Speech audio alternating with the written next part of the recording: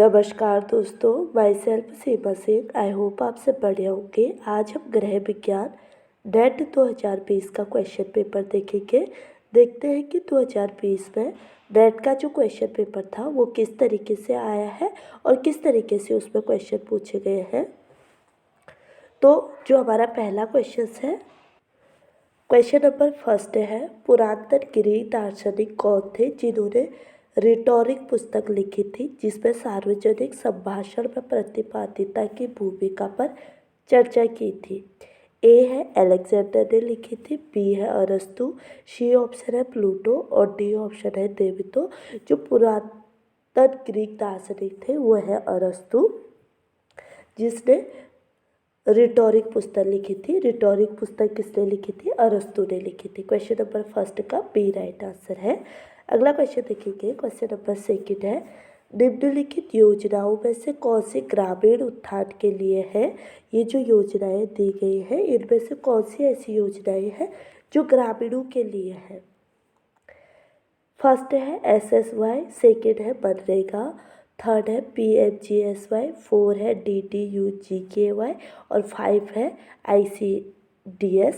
तो जो ये योजनाएं हैं ये इनमें से कौन सी ऐसी है जो ग्रामीणों के लिए है? SSY का फुल फॉर्म क्या है? सुकन्या समृद्धि योजना SSY का फुल फॉर्म है। मनरेगा का फुल फॉर्म क्या है? Mahatma Gandhi national rural employment guarantee act 2005 में ये आया था मनरेगा। मनरेगा की फुल फॉर्म क्या है? Mahatma Gandhi national rural employment grant act. फिर है PMGSY। PMGSY का फुल फॉर्म क्या है? PMGSY का फुल फॉर्म है प्रधानमंत्री ग्राम सड़क योजना। PMGSY प्रधानमंत्री ग्राम सड़क योजना। और फिर है DDU-GKY, इसकी फुल फॉर्म है दीनदयाल उपाध्याय ग्रामीण कौशल योजना। फोर्थ और 5 है ICDS। ICDS है इंटीग्रेटेड चाइल्ड डेवलपमेंट स्कीम। ये कब आई थी? ये 1975 में आई थी। तो जो ग्रामीण उत्थान के लिए आवश्यक ग्रामीण उत्थान के लिए जो योजनाएं हैं वो कौन सी है? क्वेश्चन नंबर 2 का सी राइट आंसर है। सी राइट है। पहले मनरेगा, जिसको हम क्या बोलते हैं? Mahatma Gandhi national rural employment grant act 2005 में आया था, ये ग्रामीणों के लिए है। सेकंड कौन सा है? PMGSY। PMGSY का फुल फॉर्म क्या है? प्रधानमंत्री ग्राम सड़क योजना, तो ये भी ग्रामीणों के लिए है। फोर्थ है DDU-GKY। DDU-GKY क्या है? दीनदयाल उपाध्याय ग्रामीण कौशल योजना। इसमें जो ग्रामीण है उनको कौशल सिखाए जाते हैं। तो जो ये फोर्थ है वो भी ग्रामीणों से संबंधित योजना है। तो जो हमारा राइट आंसर हुआ क्वेश्चन नंबर 2 का सी राइट आंसर है। अगला क्वेश्चन देखेंगे। क्वेश्चन नंबर थर्ड है, परियोजना के कार्यान्वयन में एक आंतरिक बाधा है। अगर किसी भी योजना को जब हम लागू करते हैं, कोई भी योजना है जब उसको कार्यान्वित कर रहे हैं यानी कि उसको लागू कर रहे हैं, उसको लागू करने में इन 4 ऑप्शन में से कौन सा एक ऐसा ऑप्शन है जो बाधा उत्पन्न करता है? ए ऑप्शन है अनुपयुक्त संभाव्यता रिपोर्ट, बी ऑप्शन है सरकारी नीति, सी ऑप्शन है वित्तीय संस्थानों द्वारा वांछित दस्तावेज और डी ऑप्शन है लाइसेंसिंग। तो जो किसी भी योजना को लागू करने में जो बाधा उत्पन्न करता है, क्वेश्चन नंबर थर्ड का ए राइट आंसर है अनुपयुक्त संभाव्यता रिपोर्ट। जब हम किसी चीज़ का अनुमान संभाव्यता के हिसाब से जा रहे हैं, अनुमान लगा रहे हैं और कोई रिपोर्ट अनुपयुक्त है, उसका कोई महत्व नहीं है, वो रिपोर्ट गलत है या सही है, तो ये चीज़ें क्या करेंगी? किसी भी योजना को लागू करने में बाधा उत्पन्न करेंगी। सरकारी नीति जो होती है वो किसी भी योजना को लागू करने में सहायक होती है और वित्तीय संस्थाओं द्वारा वांछित दस्तावेज भी सहायक होता है। और किसी भी योजना के लिए जो लाइसेंसिंग है, अगर वो लाइसेंस है तो वो योजना और अच्छे तरीके से लागू हो सकती है। तो हमसे पूछा था कि जो बाधा उत्पन्न करती है, तो बाधा कौन उत्पन्न करते हैं? अनुपयुक्त संभाव्यता रिपोर्ट। ठीक है। अगला क्वेश्चन देखेंगे। क्वेश्चन नंबर 4 है, निम्नलिखित में से कौन से दाग को हटाने के लिए स्टार्च पेस्ट का प्रयोग किया जाता है? ए ऑप्शन है आयोडीन, बी ऑप्शन है स्याही, सी ऑप्शन है जंग और डी ऑप्शन है घास। क्वेश्चन नंबर 4 का ए राइट आंसर है। जो आयोडीन है ये क्या है? एक रासायनिक तत्व है। इस तत्व को हटाने के लिए हम स्टार्च पेस्ट का उपयोग करते हैं। ठीक है। क्वेश्चन नंबर 5 है, निम्नलिखित में से विकास का कौन सा मॉडल इस बात पर बल देता है कि उत्पादकता में वृद्धि, आर्थिक विकास एवं औद्योगिकरण द्वारा आधुनिकता को प्राप्त किया जाता है? यानी कि ऐसे इन 4 ऑप्शनों में से कोई विकास का एक ऐसा मॉडल है जो बताता है कि उत्पादकता में वृद्धि, आर्थिक विकास एवं औद्योगिकरण द्वारा आधुनिकता को प्राप्त किया जाता है। जो आधुनिकता है, नवीनीकरण है, उसको कैसे प्राप्त किया जाता है? उसको उत्पादकता, वृद्धि एवं विकास और औद्योगिकरण के द्वारा प्राप्त किया जाता है। ए ऑप्शन है विकास का नया पैराडाइम, बी ऑप्शन है परस्पर निर्भर विकास मॉडल, सी ऑप्शन है विकास का प्रभावी पैराडाइम मॉडल और डी ऑप्शन है मूलभूत आवश्यकताओं का विकास मॉडल। तो क्वेश्चन नंबर 5 का सी राइट आंसर है। विकास का जो प्रभावी मॉडल होगा, जिस जिस हिसाब से विकास हो रहा है उसी हिसाब से जो हमारा मॉडल होगा, पैराडाइम मॉडल होगा, उसी हिसाब से होगा तो हमारा जो आधुनिकीकरण है उसको प्राप्त करने में हमें और सुविधा होगी। ठीक है। तो क्वेश्चन नंबर 5 का सी राइट आंसर है। अगला क्वेश्चन देखेंगे। क्वेश्चन नंबर 6 है, सूची 1 और सूची सेकंड के साथ सम्मिलित करें। सूची फर्स्ट को सूची सेकंड के साथ सम्मिलित करें। सूची फर्स्ट में प्रदूषण फैलाने वाले एजेंट दिए हैं और सूची सेकंड में उन वर्ग दिए गए हैं जिससे वो फैलते हैं। कार्बन मोनोऑक्साइड किससे फैलता है? जब हम किसी दहन जनित उत्पाद को, जब हम किसी उत्पाद को जलाते हैं तो उसमें से कौन सी गैस उत्पन्न होती है? कार्बन डाई मोनोऑक्साइड गैस का प्रदूषण होता है। फर्स्ट का 4 होगा। और फिर जो बेंजीन है, क्वेश्चन नंबर 6, बेंजीन है। बेंजीन क्या है? एक वाष्पशील कार्बन रासायनिक है। ठीक है। बेंजीन क्या है? एक वाष्पशील कार्बन रासायनिक है।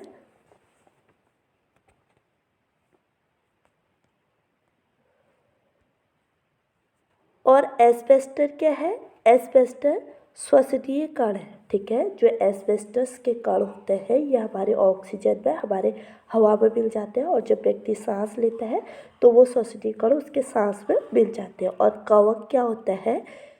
कवक बायोलॉजिकल और बायो एरोसोल्स होते हैं। ठीक है। जो कवक होता है वो बायोलॉजिकल, बायो एरोसोल्स होते हैं। तो जो हमारा राइट आंसर है क्वेश्चन नंबर 6 का वो डी राइट है। अगला क्वेश्चन देखेंगे। क्वेश्चन नंबर 7 है। क्वेश्चन नंबर 7 है, नीचे तो कथन दिए गए हैं, एक अभिकथन ए है और दूसरा तर्क आर है। अभिकथन ए क्या है? गहरी रंगी हुई दीवारों वाले कमरे में रोशनी के परावर्तन के स्तर को पाने के लिए अधिक रोशनी के स्रोतों की आवश्यकता पड़ती है। अभिकथन ए जो है ये सही है। ठीक है। अभिकथन ए सही है। जो गहरी रंग की दीवारें होती हैं, जब उन पर रोशनी के परावर्तन के स्तर को पाने के लिए उन पर अधिक रोशनी के स्रोतों की आवश्यकता पड़ती है। अभिकथन ए तो सही है, लेकिन जो कारण आर है वो क्या है उसको देखते हैं। गहरे रंगों की दीवारों वाले कमरे में जब रोशनी एक सतह से दूसरी सतह पर परावर्तित की जाती है तो प्रकाश का वितरण दूर तक व अधिक समान होगा। कारण आर गलत है। जो गहरे रंग की दीवारों पर कमरे में जब रोशनी एक सतह से दूसरी सतह पर पड़ती है, जो गहरे रंग की दीवारें हैं जब उन पर रोशनी एक सतह से दूसरी सतह पर परावर्तित की जाती है, जो प्रकाश का वितरण होता है वो दूर तक नहीं होता है, उसका एक सीमित एरिया होता है। तो क्वेश्चन नंबर 7 का अभिकथन ए सही है, लेकिन कारण आर जो है वो गलत है।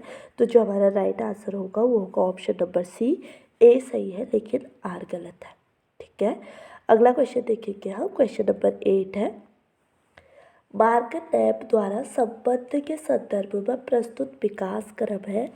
मार्क नैप ने विकास के क्रम दिए हैं, उसमें क्या है? फर्स्ट एक है समीकरण, 2 है बंधन, 3 है परीक्षण, 4 है सूत्रपात करना और 5 है तीव्रता लाना।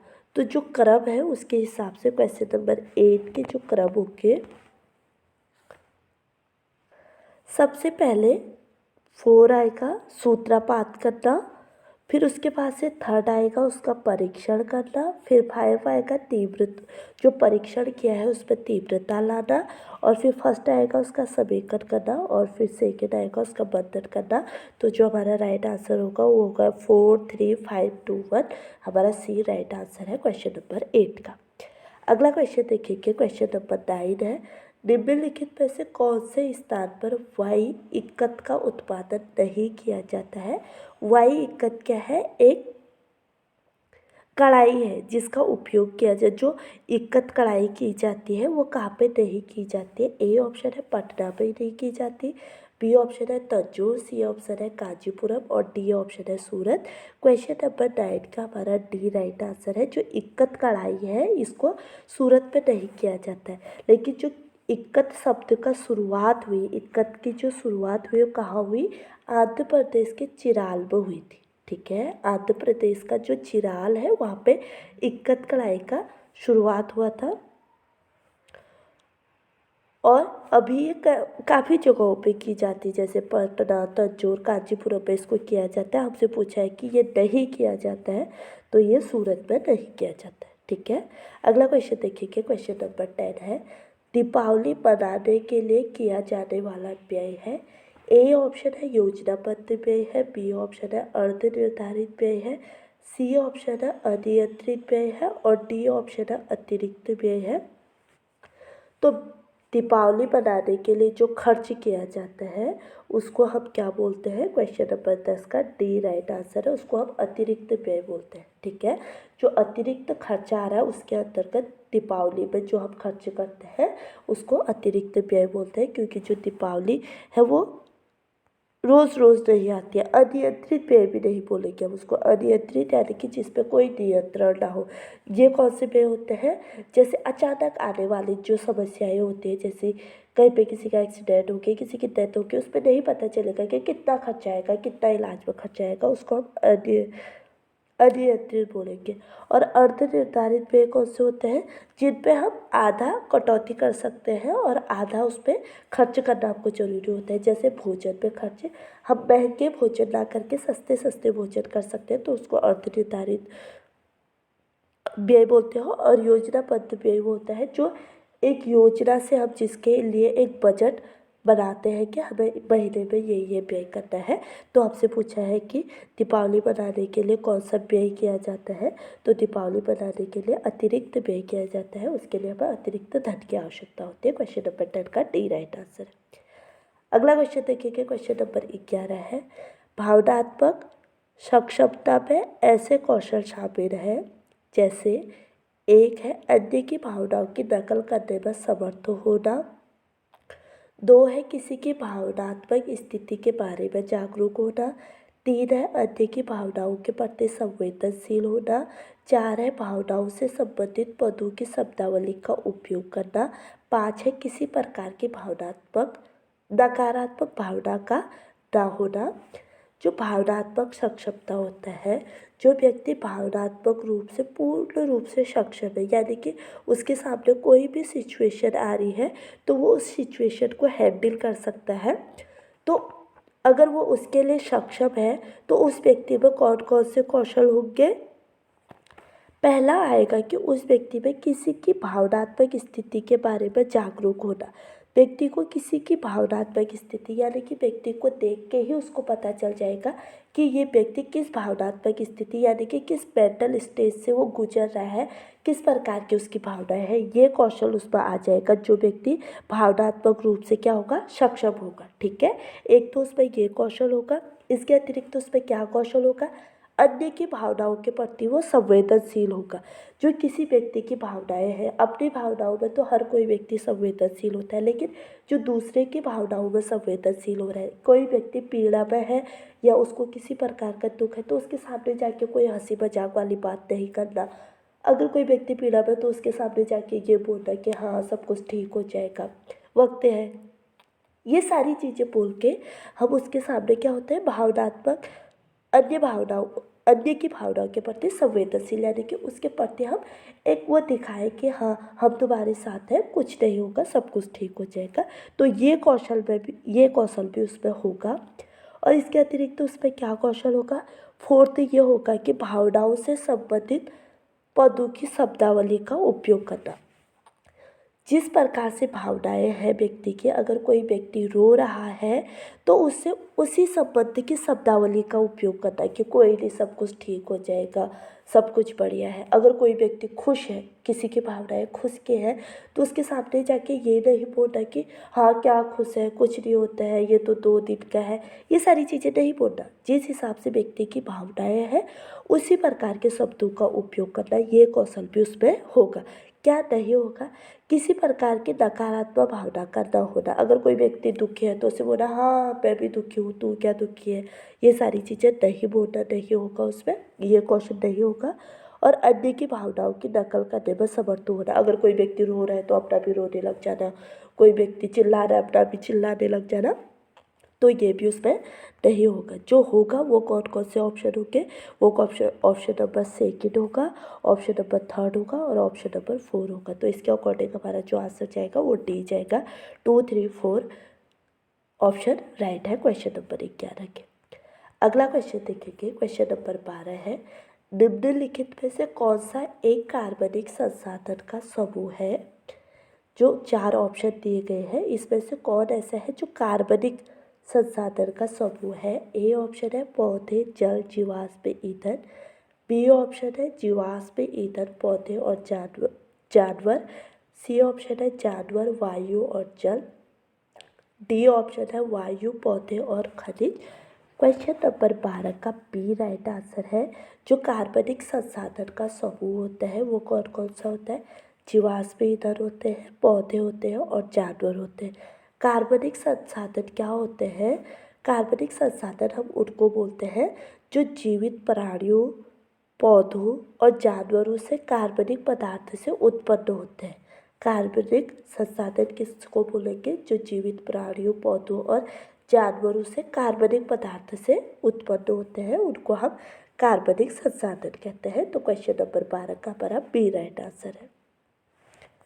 अगला क्वेश्चन देखेंगे, क्वेश्चन नंबर 13 है, निम्नलिखित में से तंतु का कौन सा प्राथमिक गुण है।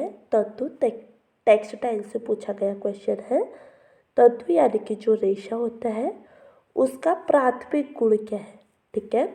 ए ऑप्शन है उसमें सघनता होनी चाहिए, बी ऑप्शन है घनत्व होना चाहिए, सी ऑप्शन है चमक होना चाहिए, डी ऑप्शन है लचीलापन होना चाहिए। क्वेश्चन नंबर 13 का ए राइट आंसर है। जो किसी भी रेशे का प्राथमिक गुण होता है उसमें सघनता होनी चाहिए। तो क्वेश्चन नंबर 13 का हमारा ए राइट आंसर है। अगला क्वेश्चन देखेंगे, क्वेश्चन नंबर 14 है। क्वेश्चन नंबर 14 है, निम्नलिखित में से कौन कौन से ICDS के घटक हैं। ICDS की फुल फॉर्म क्या है, इंटीग्रेटेड चाइल्ड डेवलपमेंट स्कीम। तो इसके कौन कौन से घटक हैं इस योजना के। ऑप्शन 1 है औपचारिक शिक्षा, सेकंड है जन्म पूरक सेवाएं, थर्ड है परामर्शी सेवाएं और फोर्थ है पूर्वक पोषण और फिफ्थ है प्रतिरक्षण, जिसको हम इम्यूनाइजेशन कहते हैं, टीकाकरण। तो जो ICDS के घटक होते हैं वो कौन कौन से हैं। क्वेश्चन नंबर 14 का ए राइट आंसर है।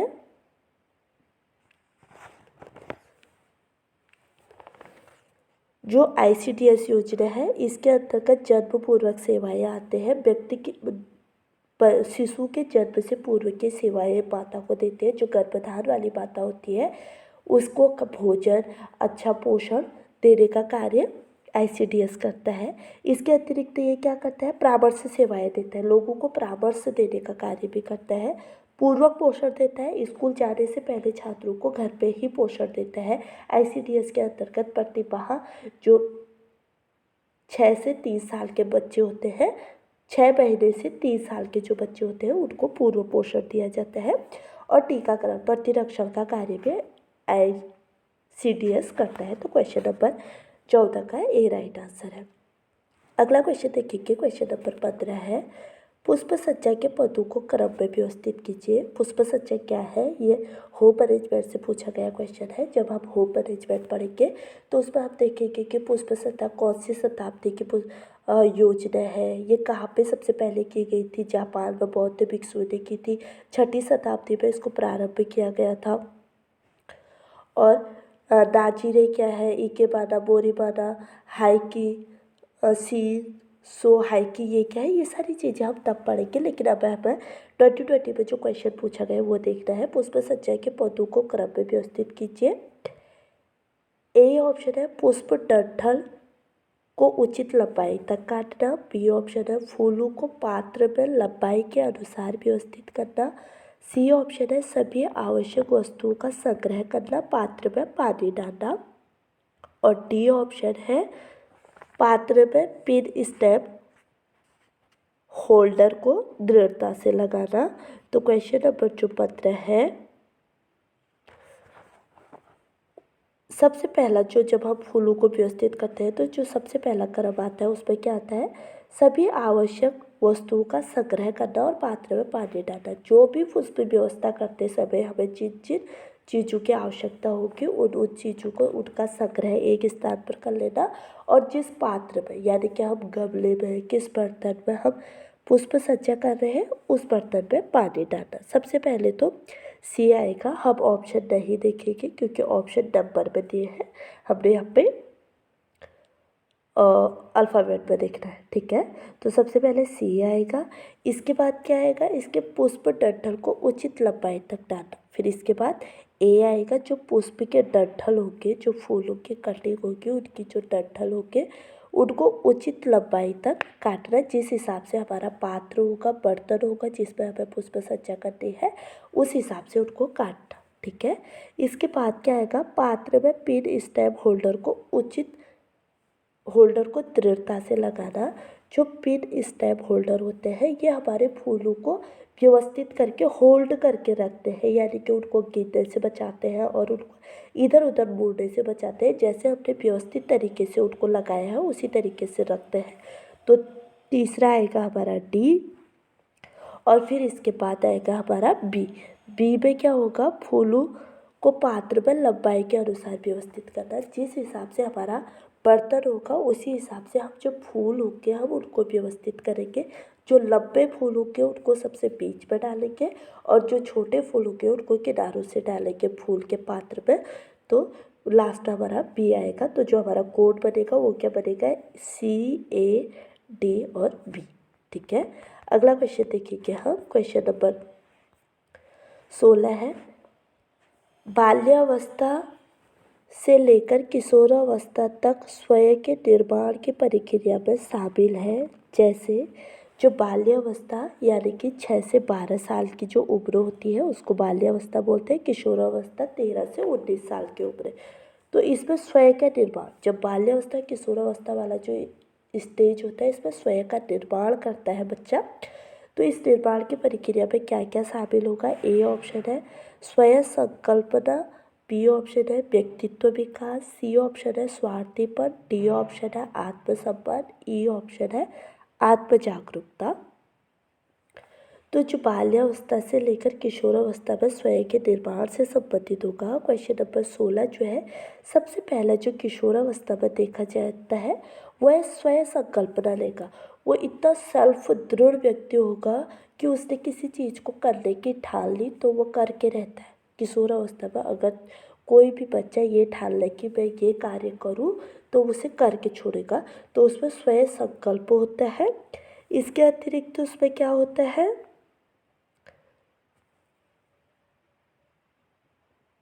आत्मसम्मान, जो सेल्फ रिस्पेक्ट होती है वो किशोरावस्था के छात्रों में काफ़ी अधिक देखी जाती है, क्योंकि वो कहीं पर भी अपने को कम नहीं देखते। वो समझते हैं कि मैं सबसे बड़ा हूँ, मैं सबसे अधिक जानता हूँ। अपने को हमेशा आगे दिखाने की कोशिश करते हैं, समाज में अपने को बेस्ट दिखाने की कोशिश करते हैं। तो उनमें जो आत्मसम्मान वाली प्रक्रिया है वो सबसे अधिक होती है, ठीक है। और इसके अतिरिक्त क्या होता है? आत्म जागरूकता। वो आत्म जागरूकता के लिए काफ़ी अपने लिए काफ़ी जागरूक रहते हैं। मैं क्या कर रहा हूँ, मैं समाज में मेरा जो बिहेवियर है वो कैसा है, लोग मुझे किस नज़र से देख रहे हैं, मुझे समाज में एक्सेप्ट किया जा रहा है या नहीं किया जा रहा है। तो वो अपने आत्म जागरूकता के लिए काफ़ी संवेदनशील होते हैं। तो जो किशोरावस्था के निर्माण की प्रक्रिया में शामिल होते हैं ए, डी और ई। ए, डी और ई ऑप्शन हमारा सी है। तो हम हमारा क्वेश्चन नंबर 16 का सी राइट आंसर हो जाएगा। जो किशोरावस्था होती है उसमें स्वार्थपन नहीं देखा जाता है, क्योंकि जो किशोरावस्था होती है उसमें नेतृत्व की क्षमता होती है, अपने को आगे दिखाने की क्षमता होती है, सबसे बेस्ट करने की कोशिश करता है जो किशोर होता है। तो उसमें स्वार्थीपन नहीं देखा, सबकी मदद करना चाहता है जो किशोर होता है। व्यक्तित्व विकास भी उसमें नहीं होता है, वो अपना ही विकास नहीं करता है, वो सबको आगे लेके चलने की कोशिश करता है। तो क्वेश्चन नंबर 16 का सी राइट आंसर है। अगला क्वेश्चन देखेंगे, क्वेश्चन नंबर 17 है। निम्नलिखित प्रक्रियाओं को उनके चले जाने के सही क्रम में व्यवस्थित कीजिए। फर्स्ट है स्टेपिंग, सेकेंड है मोरो, थर्ड है रूटीन, फोर्थ है बेबेस्की, 5 है पावर पकड़। तो जो सीडी का क्वेश्चन है, जो बच्चा होता है वो कुछ स्वाभाविक प्रतिक्रियाएं करता है। ये जो प्रतिक्रियाएं दी है स्वाभाविक प्रतिक्रिया एक बच्चा करता है, इनका जो क्रम है वो क्या है हमसे ये पूछा गया है। तो जो बच्चा सबसे पहले करता है वो क्या करता है, रूटीन करता है। रूटीन क्या होता है, जब हम बच्चे के मुंह के सामने अपनी उंगली को लगाते हैं तो बच्चा स्वाभाविक ही चूसने की प्रक्रिया करने लग जाता है, वो ढूंढने लगता है किसी चीज़ को, तो चूसने की प्रक्रिया वो करने लग जाता है। इसी प्रक्रिया को हम रूटीन बोलते हैं। फिर उसके बाद आएगा स्टेपिंग करने लग जाता है, और फिर उसके बाद 5 आएगा कि वो पावर पकड़ करने लगता है, और इसके बाद सेकेंड आएगा मोरो। मोरो में क्या होता है कि जो बच्चा होता है अगर जब तेज आवाज़ हो रही है तो बच्चा उसमें चौंकने लग जाता है। 6 महीने में आता है पावर, ठीक है ना। मोरो मोरो 6 महीने में आता है। जब तेज आवाज़ होती है तो बच्चा क्या करता है, चौंक जाता है। तो इसी को मोरो बोला जाता है। और इसके बाद फोर्थ बेबिस के आता है। पावर क्या होता है, पावर जब जो छोटा बच्चा होता है हमेशा मुट्ठी बांधे रखता है। अगर हम उसकी मुट्ठी में कुछ भी चीज़ डालें तो बच्चा उसको टाइट से पकड़ने की कोशिश करता है, ठीक है। तो इसको हम पावर बोलते हैं। तो हमारा जो क्रम बनेगा वो सी बनेगा। सबसे पहले थर्ड आएगा, फिर 1 आएगा, फिर 5 आएगा, फिर 2 आएगा, फिर 4 आएगा, ठीक है। अगला क्वेश्चन देखेंगे, क्वेश्चन नंबर 18 है। सूची 1 को सूची 2 के साथ सम्मिलित कीजिए। फर्स्ट है वाइगोस्की का कौन सा सिद्धांत है, प्याजे, लॉरेंस और वॉन ब्रेनर। क्वेश्चन नंबर जो 18 है, वाइगोस्की ने कौन सा सिद्धांत दिया है, वाइगोस्की ने सामाजिक सांस्कृतिक ज्ञानात्मक सिद्धांत दिया है। और प्याजे का कौन सा सिद्धांत है, प्याजे का बौद्धिक विकास सिद्धांत है, जिसे हम कॉग्निटिव डेवलपमेंट थ्योरी बोलते हैं। और लॉरेंस कोहलबर्ग ने कौन सा सिद्धांत दिया, लॉरेंस कोहलबर्ग ने ज्ञानात्मक विकास सिद्धांत दिया। और बोनफेड ब्रेनर ने कौन सा सिद्धांत दिया, बोनफेड ब्रेनर ने पारिस्थितिकी सिद्धांत दिया, जिसे हम इकोलॉजिकल थ्योरी बोलते हैं। तो जो हमारा कोड जाएगा वो जाएगा ऑप्शन नंबर डी राइट होगा, 2543, ठीक है। अगला क्वेश्चन देखेंगे, क्वेश्चन नंबर 19 है। सूची 1 को सूची 2 के साथ सम्मिलित कीजिए। सूची फर्स्ट इसमें प्रतिक्रिया दी गई है, और सूची 2 में खाद्य वस्तु दी गई, यानी कि सूची 2 जो दी गई है उसमें वो खाद्य वस्तु दिए गए हैं जिनमें सूची फर्स्ट में प्रतिक्रिया हो रही है। सूची फर्स्ट में प्रतिक्रियाओं का नाम दिया गया है, सूची 2 उन खाद्य पदार्थों का नाम दिया गया है जिनमें वो प्रतिक्रिया होती है। और ये जो कोड बना है गलत बना है, इसको हम ए, बी, सी, डी और ई करेंगे, ठीक है। ई जो जेलेटिनीकरण होता है ये किस में होता है, उबला हुआ चावल में होता है, ठीक है। उबला हुआ चावल में जेलेटिनीकरण होता है। तो हमारा ए का क्या राइट होगा, हम इस कोड को भी नहीं देखेंगे, ए का 2 होगा। जेलेटिनीकरण जब हम चावल को पकाते हैं तो जो हमारा चावल होता है वो क्या हो जाता है, हमारा चावल फूल जाता है। उसी प्रक्रिया को हम जेलेटिनीकरण बोलते हैं, ठीक है। और फिर कैरेमलाइजेशन क्या होता है, कैरेमलाइजेशन किस में होता है, कैरेमलाइजेशन होता है, कैरेमलाइजेशन होता है पीनट बिटर में, ठीक है। कैरेमलाइजेशन किस में होता है? पीनट बटर में होता है। तो जो हमारा बी ऑप्शन है, बी का क्या राइट हुआ? 4 हुआ। ठीक है। और पाश्चुरीकरण किस में होता है? पाश्चुरीकरण दूध में होता है। ठीक है। जो परिक्रिया पाश्चुरीकरण की होती है कौन सी खाद्य वस्तु में होती है? दूध में होती है। तो हमारा डी का नहीं, सी का, सी क्या राइट है? 6 है। और फिर डी जिसे हम डेस्टिनीकरण बोलते हैं, डेस्टिनीकरण किस में होता है? चपाती में होता है। ठीक है। डेस्टिनीकरण चपाती में होता है। जो डेस्टीन होता है वो हमारी चपाती को भूरा कलर देता है। जब हमारी चपाती रोटी जो भूरी कलर की हो जाती है वो डेस्टीन के कारण ही होते हैं और इस प्रक्रिया को हम डेस्टिनीकरण कहते हैं। तो डी का क्या राइट हुआ? 3rd हुआ। और फिर आएगा हमारा ई,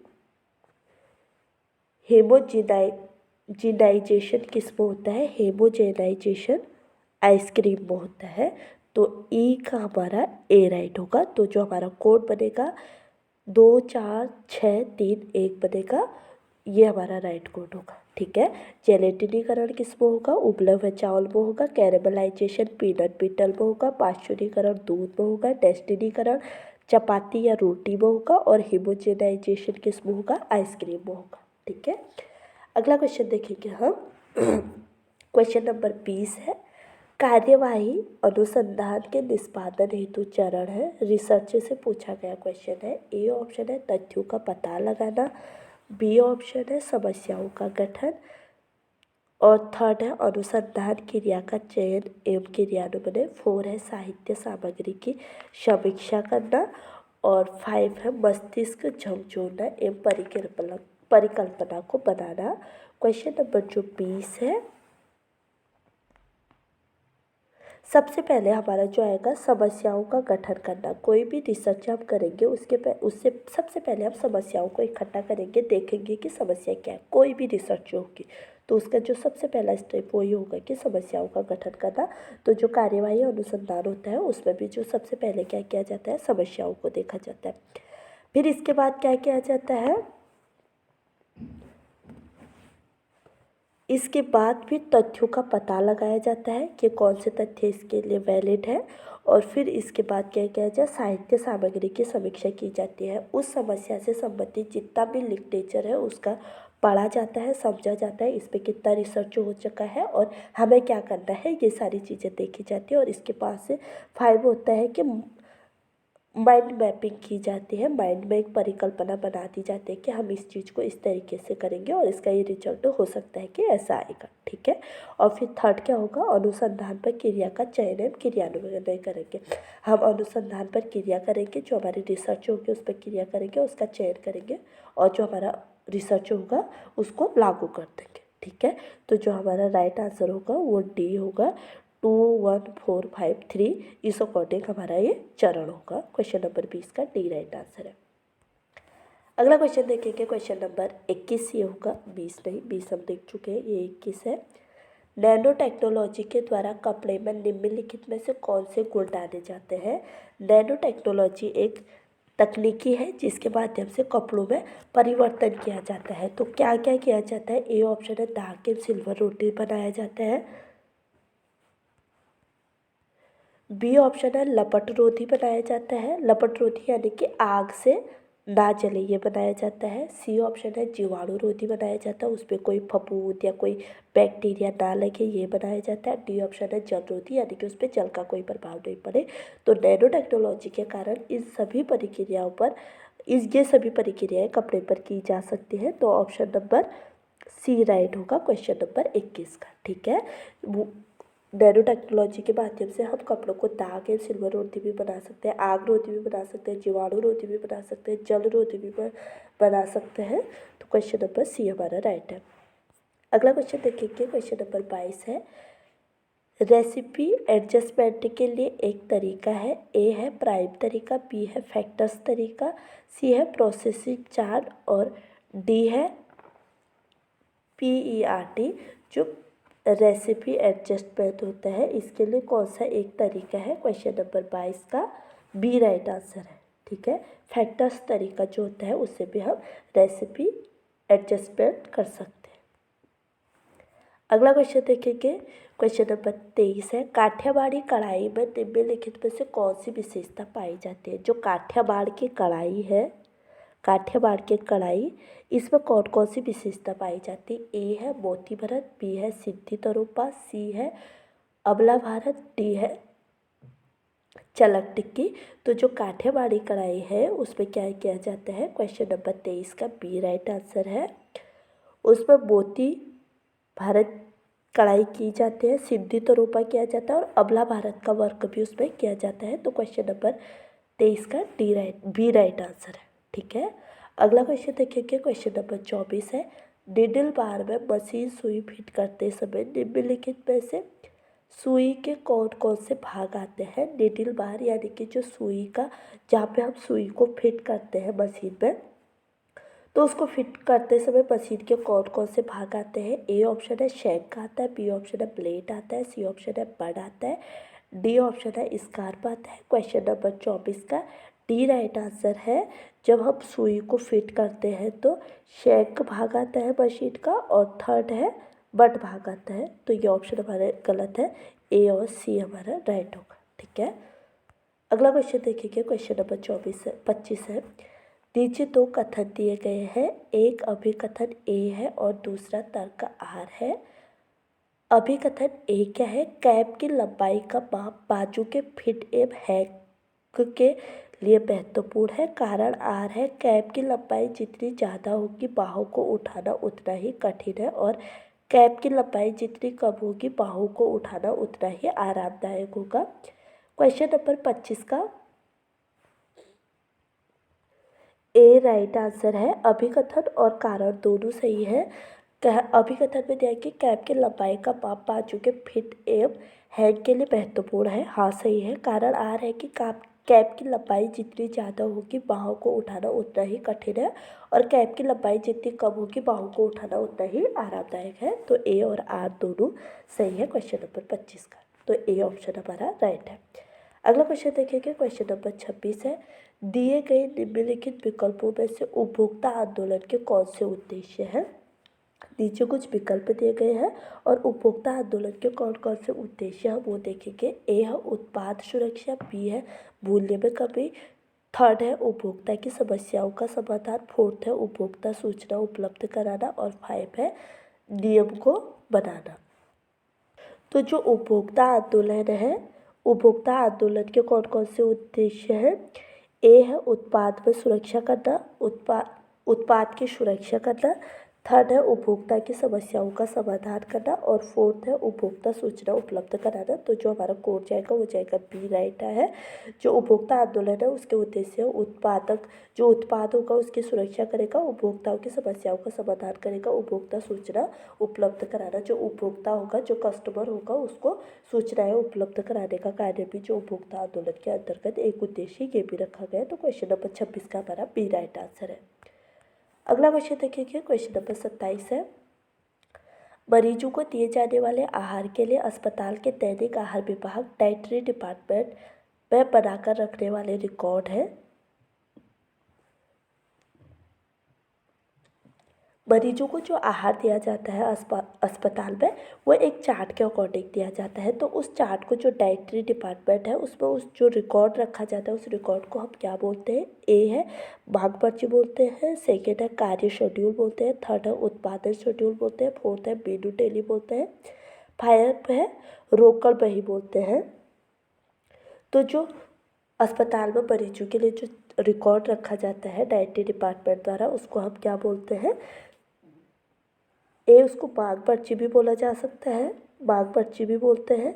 थर्ड है मांग पर्ची क्यों बोलेंगे, क्योंकि जो मरीज है उसको कितनी पोषक तत्वों की मांग है यानी कि कितनी भोजन की मांग है, इसलिए उसको मांग पर्ची बोल सकते हैं।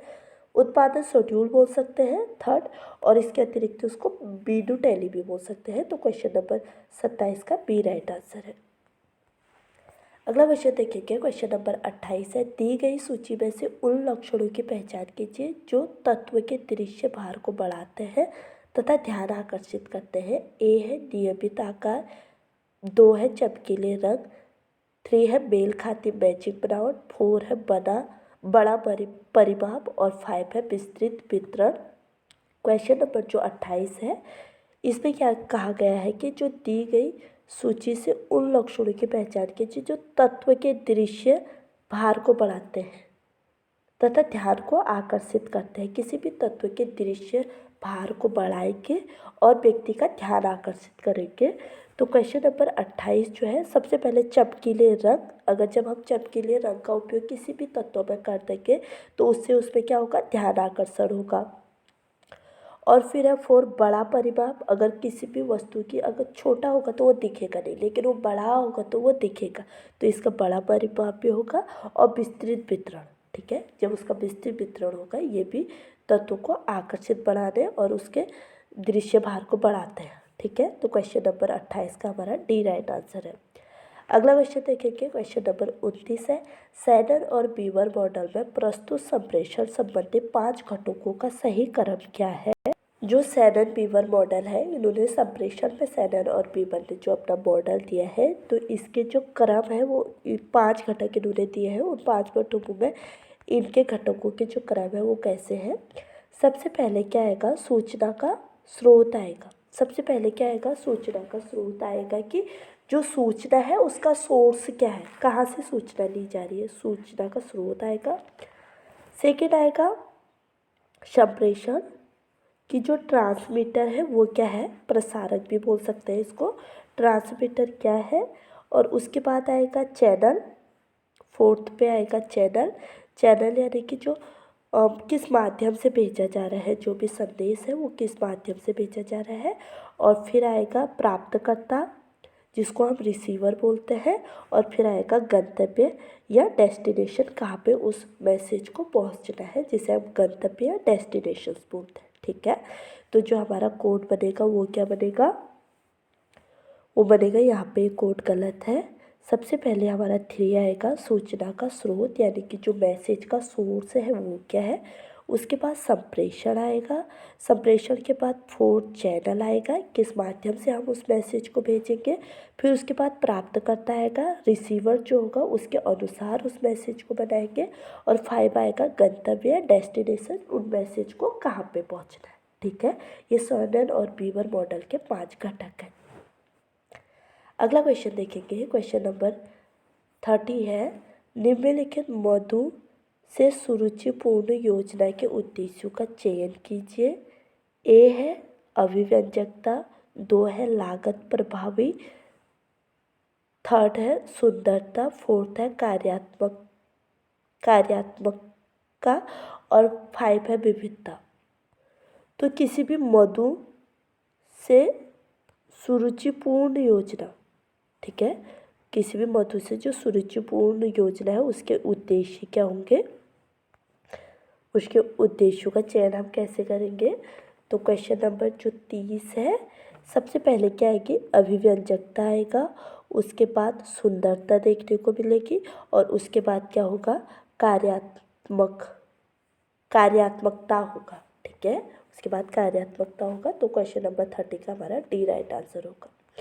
अगला क्वेश्चन देखेंगे, क्वेश्चन नंबर 31 है, एक गांव में वर्ष 2010 में जन्म लेने वाले बच्चों के पोषण स्तर का अध्ययन निम्नलिखित में से किसका उदाहरण है। रिसर्च से पूछा गया क्वेश्चन है। क्वेश्चन क्या है, एक गांव में वर्ष 2010 में जन्म लेने वाले बच्चों के पोषण स्तर का अध्ययन निम्नलिखित में से किसका उदाहरण है। ए ऑप्शन है एम्पेरिकल अध्ययन, बी ऑप्शन है कोहोर्ट अध्ययन, और सी ऑप्शन है ट्रेंड अध्ययन, डी ऑप्शन है इंटरवेंशन अध्ययन।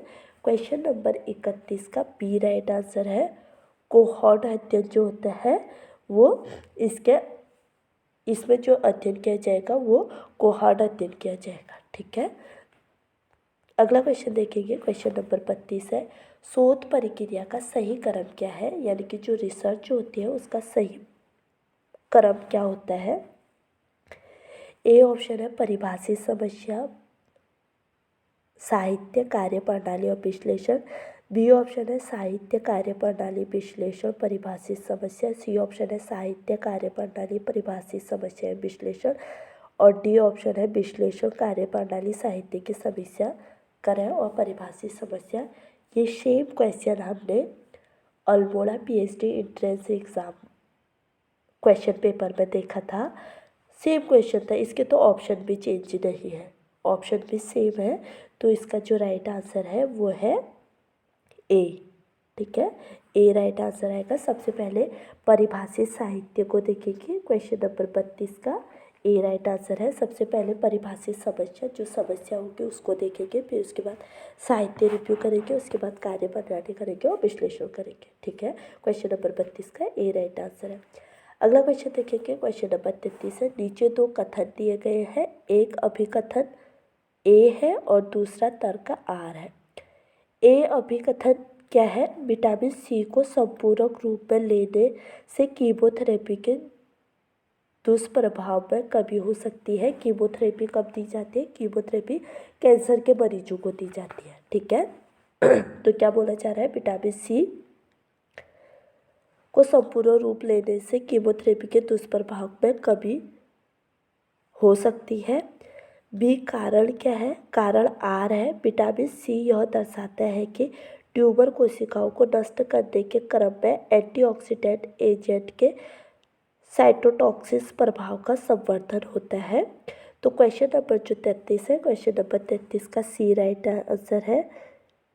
ए सही है, लेकिन जो आर है वो गलत है। ठीक है, ए सही है, आर गलत है।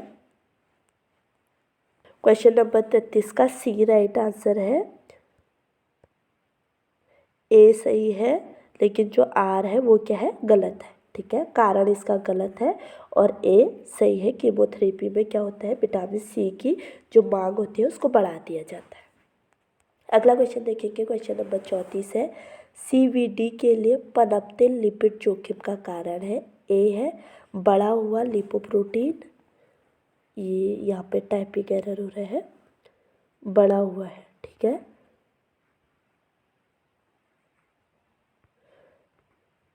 बढ़ा हुआ लिपोप्रोटीन। सेकेंड है कम और लिपोप्रोटीन। थर्ड है सीड ग्लूकोज स्तर और फोर्थ है उच्च cholesterol, total cholesterol HDL cholesterol अनुपात और 5 है सृजन मार्कर्स। तो जो सीवीडी के लिए पनपते लिपोप्रोटीन होते हैं, इसमें बढ़ा हुआ लिपोप्रोटीन आता है और इसके बाद कम और लिपोप्रोटीन आता है और फोर्थ है उच्च टोटल कोलेस्ट्रॉल एचडीएल कोलेस्ट्रॉल का अनुपात होता है। तो क्वेश्चन नंबर 34 का हमारा डी राइट आंसर है। अगला क्वेश्चन देखेंगे, क्वेश्चन नंबर 35 है। निम्नलिखित में से कौन सा कथन मात्र सत्तात्मक परिवार का वर्णन नहीं करता है? ऐसे 4 ऑप्शन दिए हैं, इसमें ये पूछा गया है कि जो ऐसे कौन से कथन हैं जो मात्र सत्तात्मक परिवार का वर्णन नहीं करते हैं। मात्र सत्तात्मक परिवार क्या होता है? जहाँ पे माँ प्रधान होती है, जिसमें महिला प्रधान होती है।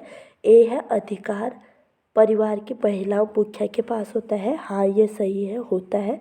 हमसे नहीं पूछा है, हमको नहीं बताना है। फिर वैवाहिक संबंध अस्थायी होते हैं। पति कभी कभी अनियमित आगंतुक होता है। सी है वंश माता के माध्यम से चलता है, ये भी सही है। और है संपत्ति माता द्वारा आंतरित की जाती है, ये भी सही है। वैवाहिक संबंध अस्थायी होते हैं, ऐसा नहीं होता है। कभी कभी जो पति होता है कभी कभी अनियमित आगंतुक होता है, ये नहीं होता है। जो पति होता है वो कहाँ पे रहता है? अपने ससुराल में रहता है, यानी कि अपनी बीवी के घर में पति रहता है, तो कभी कभी नहीं आता, वो हमेशा वहीं पे रहता है। जैसे जो पुरुष प्रधान होता है, जैसे मातृ सत्तात्मक है, अगर ऐसे पितृ सत्तात्मक होते हैं, तो पितृ सत्तात्मक में क्या होता है? जो हमारे यहाँ पे चलता है, जो महिलाएं होती हैं वो पति के घर में जाके रहती है। लेकिन मातृ सत्तात्मक में होता है कि जो पति है वो महिला के घर में आके रहता है। तो हमारा बी नहीं होगा। तो हमसे पूछा गया है कि कौन सा नहीं है, तो बी नहीं है। हमारा राइट आंसर हो जाएगा 35 का बी। अगला क्वेश्चन देखेंगे, क्वेश्चन नंबर 36 है।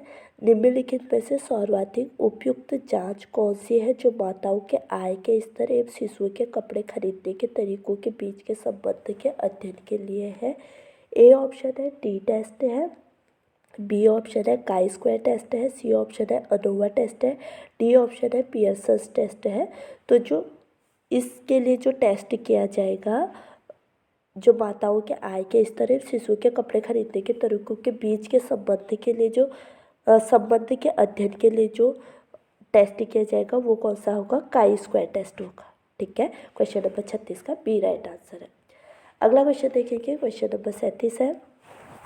सैंपल साइज 40 के साथ महिला के अध्ययन हेतु किशोरों की प्राथमिकताओं के निर्धारण पर एक शोध अध्ययन के लिए निम्नलिखित कौन से आंकड़े संग्रह उपाय उचित है। रिसर्च का क्वेश्चन है। ए ऑप्शन है लचीलापन की प्रकृति का साक्षात्कार, बी ऑप्शन है केंद्रित समूह चर्चा, सी ऑप्शन है भागीदारी की अभियुक्तियाँ और डी ऑप्शन है गैर भागीदारी अभियुक्तियाँ, ई ऑप्शन है प्रोजेक्टिव तकनीक भी। क्वेश्चन नंबर 37 का बी राइट आंसर है।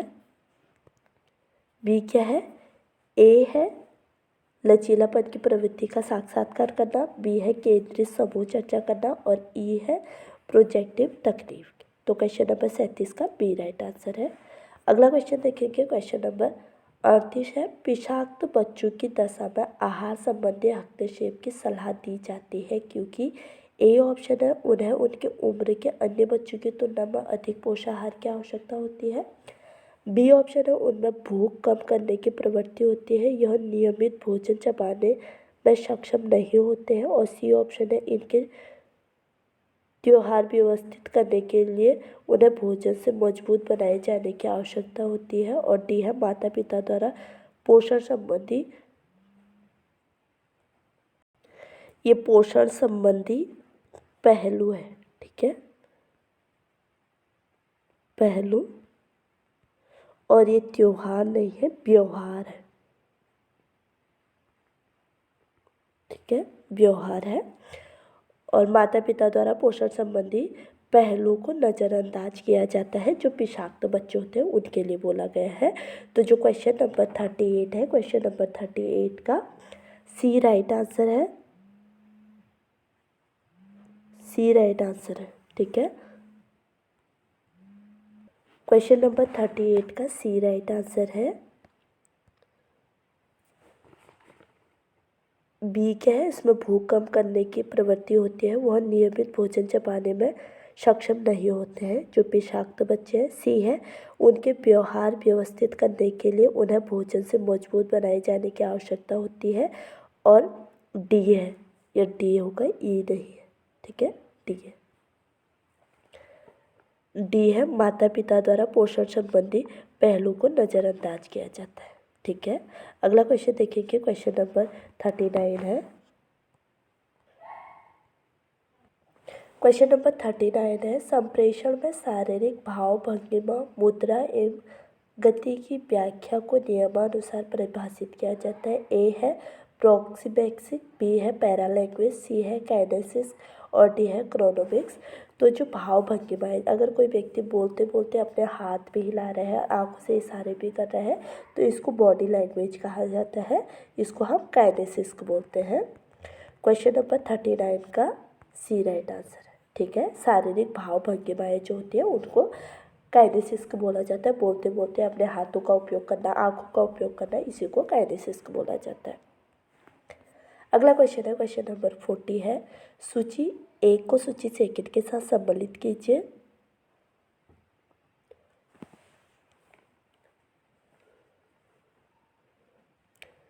मस्तिष्क प्रयास क्या है, सूची 1 पे है मस्तिष्क प्रयास। मस्तिष्क प्रयास क्या होता है, क्वेश्चन नंबर 40 का ए है मस्तिष्क प्रयास। मस्तिष्क प्रयास में क्या आता है, सोचना, तर्क करना, सोचना, तर्क करना, योजना बनाना, निर्णय लेना, चिंता करना, बात करना, ये सब मस्तिष्क प्रयास में आते हैं। दृष्टि संबंधी प्रयास यानी कि आँखों से संबंधित प्रयास कौन से होते हैं, देखना, चलना, परखना, दूरी से सामंजस्य।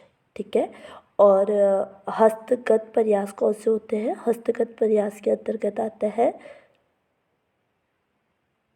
पहुँच, उठना, उठाना, पकड़ना और संभालना। जो हाथों से कोई प्रयास किया जाता है उसके लिए किसी चीज़ पर पहुंचना, किसी चीज़ को उठाना, पकड़ना, संभालना, तो ये हाथ से आता है। टॉर्सल क्या होता है, टॉर्सल मोड़ने से संबंधित होता है। ठीक है, जैसे कि झुकना, तिरछा होना, घूमना, घुटने के बल बैठना, बागवानी करना, ये सब टॉर्सल में आता है। टॉर्सल यानी कि जो कमर में झुकाव से संबंधित होता है। और पैगार प्रयास क्या होता है, पैरों से संबंधित होता है, जैसे चलना, हिलना, खड़े रहना। ठीक है, तो ये हमारा कोड गलत है, हम इसके अकॉर्डिंग जाएंगे। मस्तिष्क प्रयास में क्या आ रहा है हमारा, सोचना, तर्क करना, योजना बनाना। और दृष्टि में आपको पता ही है, देखना, पकड़ना, परखना, किसी चीज़ में सामंजस्य बैठाना। हस्त हाथों से संबंधित पहुँच, उठाना, पकड़ना और संभालना। टॉर्सल यानी कि झुकना, तिरछा होना, घूमना के बल या बैठना, ये इस बात है। और पैगार यानी कि पैरों का प्रयास, जिसको हम पैडल प्रयास भी बोलते हैं। इसमें चलना, हिलना, खड़े रहना आता है। ठीक है, अगला क्वेश्चन देखेंगे, क्वेश्चन नंबर 41 है, एंजाइम वर्षों की सबसे अधिक सामान्य मनोवैज्ञानिक विशेषता क्या है। ये जो क्वेश्चन है इसकी टाइपिंग थोड़ा गलत हो रही है, एल्जाइमर रोग है। ठीक है, क्वेश्चन क्या है, ये नहीं होगा, एल्जाइमर रोग।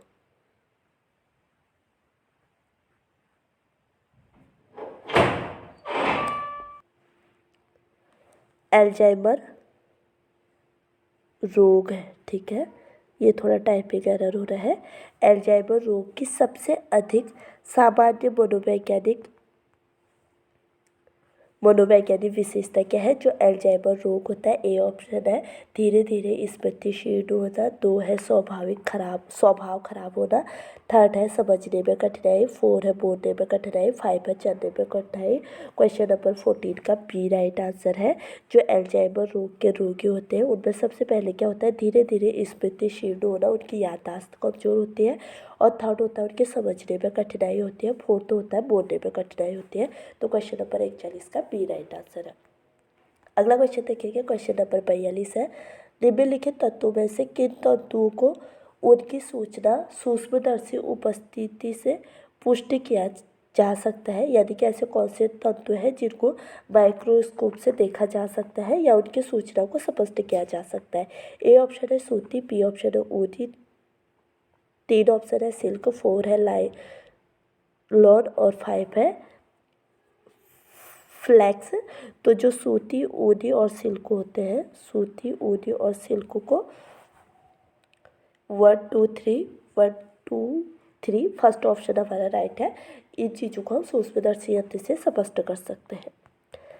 आगे देखेंगे, क्वेश्चन नंबर 43 है, कम लागत वाले पदार्थ जिसे जिप्सम के खोखले बोर्ड तथा ब्लॉक्स का प्रयोग किस में किया जाता है। जो जिप्सम के खोखले बोर्ड तथा ब्लॉक्स होते हैं उनका प्रयोग किस में किया जाता है। ए ऑप्शन है छत में किया जाता है, बी ऑप्शन है नींव में किया जाता है, सी ऑप्शन है आंतरिक दीवारों में किया जाता है और डी ऑप्शन है फर्श में किया जाता है। क्वेश्चन नंबर 43 का सी राइट आंसर है। जो जिप्सम के खोखले ब्लॉक्स होते हैं उनका प्रयोग आंतरिक दीवारों में किया जाता है। ठीक है, क्वेश्चन नंबर 44 है, जीवाणु रोधी गुण निम्नलिखित मसालों में होते हैं। ए ऑप्शन है हींग में होते हैं, बी ऑप्शन है सौंफ में होते हैं, सी ऑप्शन है 3 ऑप्शन है जावित्री में होते हैं, 4 ऑप्शन है हल्दी में होते हैं, 5 ऑप्शन है लौंग में होते हैं। तो जो हमारा कोड है ये गलत है। अच्छा, हम इसको 4 5 पे कर सकते हैं, 4 5 4 5। ठीक है, तो हमारा डी राइट आंसर जाएगा। ये सभी में जीवाणु रोधी गुण होते हैं। हींग, सौंफ, जावित्री, हल्दी और लौंग में सभी में जीवाणु रोधी गुण होते हैं। जो क्वेश्चन नंबर 44 है उसका डी राइट आंसर 1 2 3 4 5 सभी में होता है। क्वेश्चन नंबर 45 है, परिधान उद्योग में परिधान उत्पादन का सही क्रम दीजिए। ए है प्रोडक्शन पैटर्न इनग्रेडिंग, बी दूसरा है कास्टिंग एंड शेड्यूलिंग, 3 है असेंबली, 4 है मार्कर बैकिंग और 5 है कटिंग। यह है मार्कर मैपिंग, मार्कर है, मार्केट नहीं, मार्कर मैपिंग। तो जो परिधान उद्योग में परिधान उत्पादन का सही क्रम होता है, जो कपड़ों का उत्पादन करते हैं, तो जो कपड़े निर्माण का सही क्रम होता है उसके अंतर्गत पहले 2 आता है कास्टिंग। सबसे पहले कास्टिंग और शेड्यूलिंग करेंगे, फिर उसके बाद प्रोडक्शन पैटर्न एवं ग्रेडिंग करेंगे। जो प्रोडक्शन होगा उसका पैटर्न देखेंगे और उसको ग्रेडिंग करेंगे। उसके बाद से फिर मार्कर बैकिंग करेंगे, जो मार्कर से जैसे ब्राउन पेपर पर करते हैं वो बैकिंग कर लेंगे। उसके बाद क्या करेंगे, उसके बाद कटिंग कर लेंगे, जो परिधान होगा उसका कटिंग कर लेंगे, और फिर थर्ड आएगा असेंबली कर लेंगे। असेंबली यानी कि उनको प्राथमिकता के हिसाब से आगे पीछे कर सकते हैं। तो ए राइट आंसर है, 2 1 4 5 3। ठीक है, अगला क्वेश्चन है क्वेश्चन नंबर 46 है, पीले रंग की फ्रूट स्क्वैक्स में यह परीक्षक प्रयोग किया जाता है। ए है सोडियम बेंजोएट का उपयोग किया जाता है, बी है पोटेशियम पेरोक्साइड का, और सी ऑप्शन है पोटेशियम बेटा बाइसल्फाइड, और डी ऑप्शन सोडियम मोनोग्लूटामेट। जो तो पीले रंग के फ्रूट स्क्वैश होता है, जो फ्रूट स्क्वैश क्या होता है, जूस होता है, इसमें किसका उपयोग किया जाता है, इसका परिरक्षण यानी कि इसको हम रक्षित कर सकते हैं लंबे समय तक, किसका उपयोग किया जाता है, ए ऑप्शन है सोडियम बेंजोएट का उपयोग किया जा सकता है। ठीक है, अगला क्वेश्चन देखिए, क्वेश्चन नंबर 46 है, 46 हम देख चुके हैं, 47 है। ठीक है, क्वेश्चन नंबर 47 है, प्रबंधन प्रक्रिया है, ए ऑप्शन है लंबी प्रक्रिया है, बी ऑप्शन है सतत चलने वाली प्रक्रिया है, डी ऑप्शन है अंत विराम प्रक्रिया है, और डी ऑप्शन है स्वयं समाप्ति है। तो जो प्रबंधन प्रक्रिया होती है वो सतत चलने वाली प्रक्रिया होती है, निरंतर चलते रहती है। व्यक्ति प्रबंधन करता है, कार्य करता है, फिर कार्य कंप्लीट होता है, फिर प्रबंधन करता है, फिर कार्य करता है, फिर कार्य कंप्लीट होता है। तो ये सतत चलने वाली प्रक्रिया होती है प्रबंधन। क्वेश्चन नंबर 47 का बी राइट आंसर है। अगला क्वेश्चन देखिए, क्वेश्चन नंबर 48 है, सूची 1 को सूची सेकंड के साथ सम्मिलित कीजिए। मार्फोलॉजी क्या है, तो परिधान उद्योग में परिधान उत्पादन का जो सही क्रम होता है वो क्या होता है, ए है प्रोडक्शन पैटर्न और ग्रेडिंग, बी है कास्टिंग एंड शेड्यूलिंग, थर्ड है असेंबलिंग, फोर्थ है मार्केटिंग बैकिंग, और 5 है कटिंग।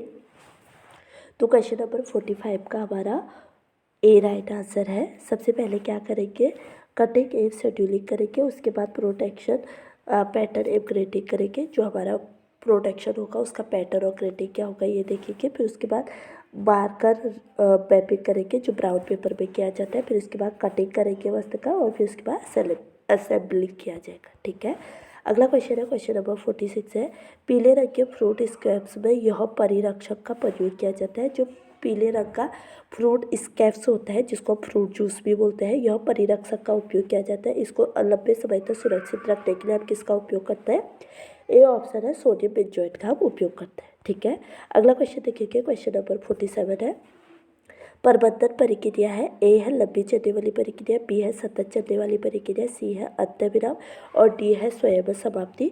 तो जो प्रबंधन होती है वो सतत चलने वाली प्रक्रिया होती है। क्वेश्चन नंबर 46 का बी राइट आंसर है। अगला क्वेश्चन देखिए, क्वेश्चन नंबर 48 है, सूची 1 को सूची सेकंड के साथ सम्मिलित कीजिए। क्वेश्चन नंबर 48 का हमारा बी राइट आंसर है, 48 का बी राइट आंसर है। जो मार्फोलॉजी होता है, मार्फोलॉजी क्या होता है, शब्द निर्माण में शामिल अर्थपूर्ण इकाई प्रणाली होती है। सिमेंटिक क्या होता है, सिमेंटिक स्वीकार्य वाक्यांशों और वाक्य निर्माण के लिए शब्दों को जोड़ने का तरीका। और प्रेमेट्रिक्स क्या होता है, प्रेमेट्रिक्स होता है उपयुक्त संवाद और भाषाओं को संदर्भ में कैसे उपयोग किया जाए। और सिमेंटिक्स क्या होता है, सिमेंटिक होता है वह प्रणाली जिसमें शब्दों और वाक्यों के अर्थ शामिल है। ठीक है, तो क्वेश्चन नंबर 48 का बी राइट आंसर है। अगला क्वेश्चन देखिएगा, क्वेश्चन नंबर 49 है, विशेष समय पर एक परिवार में वस्तुओं तथा सेवाओं का मांग है। यानी कि एक परिवार में विशेष समय एक निश्चित काल में उसमें वस्तुओं और सेवाओं का प्रभाव क्या होता है, मौद्रिक आय होती है, वास्तविक आय होती है, मानसिक आय होती है, भौतिक आय होती है। क्वेश्चन नंबर 49 का बी राइट आंसर है, इसको हम वास्तविक आय बोलते हैं। ठीक है, अब हमारा लास्ट क्वेश्चन है क्वेश्चन नंबर 50। हम जो 2020 नेट का क्वेश्चन पेपर देख रहे हैं, आज हम 50 क्वेश्चन देखेंगे और अगले आने वाले वीडियो में हम बाकी 50 क्वेश्चन देखेंगे। तो जो आज का लास्ट क्वेश्चन है वह है मानव विकास के एरिक एरिक्सन सिद्धांत में तीसरे चरण को कहा जाता है। इसका डी राइट आंसर है पहल और बनाम दोष कहा जाता है। जो एरिक एरिक्सन का सिद्धांत है ये फ्राइड के सिद्धांत पर आधारित सिद्धांत है। इसका जो तीसरा चरण है वो क्या है, पहल बनाम दोष। अगर बच्चा किसी कार्य के लिए पहल कर रहा है तो वो कार्य हो रहा है तो हैप्पी, अगर वो किसी कार्य के लिए पहल कर रहा है और कोई कार्य नहीं हो रहा है तो उसमें दोष उत्पन्न होगा कि यह कार्य क्यों नहीं हो रहा है, इसीलिए इसको पहल बनाम दोष कहा जाता है। एरिक एरिक्सन के सिद्धांत का ये तीसरा चरण है। ठीक है, ये क्वेश्चन नंबर 50 हमारा लास्ट क्वेश्चन है। आगे जो बचे 50 क्वेश्चन है उनको हम आगे आने वाले वीडियोज़ में देखेंगे। तो अगर आपको मेरी वीडियो पसंद आए तो प्लीज़ लाइक शेयर कमेंट और सब्सक्राइब करना ना भूलें। मिलते हैं अपने अगले वीडियो में, तब तक के लिए बाय।